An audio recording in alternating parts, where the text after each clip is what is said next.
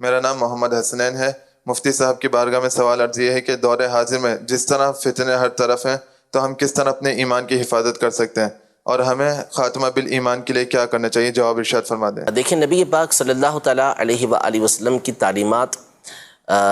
روز روشن کی طرح عیاں ہیں۔ اللہ جل شانہ نے جب آپ کو اس بات کی سعادت بخشی ہے کہ آپ کو اللہ پاک نے صحیح عقیدے پر رکھا ہے، اہل سنت و جماعت کے عقیدے کے اوپر آپ کو رکھا ہے، تو پھر اس صورت میں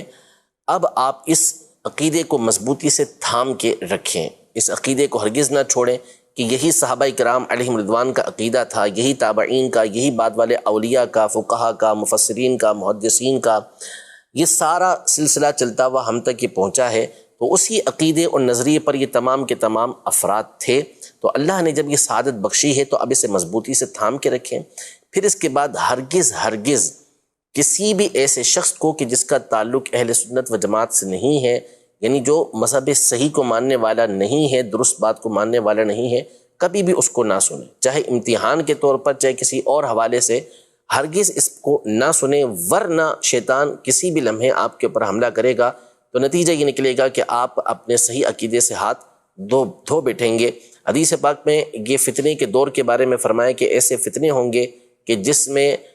جو شخص بیٹھا ہوا ہوگا وہ کھڑے ہونے والے سے بہتر ہوگا، کھڑے ہونے والا چلنے والے سے بہتر ہوگا، چلنے والا یہ بھاگنے والے سے بہتر ہوگا۔ یعنی جو اس فتنے کی طرف جتنا زیادہ جائے گا، اس کو سرچ کرے گا، اس کو واچ کرے گا، تو نتیجہ یہ نکلے گا کہ وہ اس کے اندر مبتلا ہو جائے گا، پڑ جائے گا۔ تو اس لیے بعض لوگوں کی عادت ہوتی ہے کہ وہ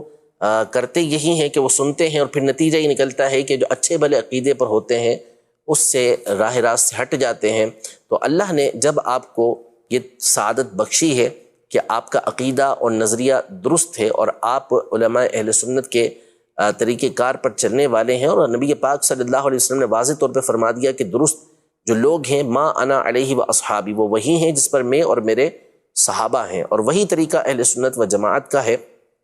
اب ساری دنیا کے اندر دیکھ لیں، سواد اعظم جس کو نبی پاک صلی اللہ تعالیٰ علیہ وسلم نے فرمایا کہ اتبعوا السواد الاعظم، سواد اعظم کی پیروی کرو، یعنی بڑی جماعت کی پیروی کرو، تو ساری دنیا میں جو عقائد و نظریات آپ کو ملیں گے وہ وہی ملیں گے جو اہل سنت و جماعت کے ہیں۔ تو لہٰذا آپ مضبوطی کے ساتھ اسی کو پکڑ کے رکھیں اور دوسری چیزوں کی طرف نہ جائیں، اسی میں آپ کے لیے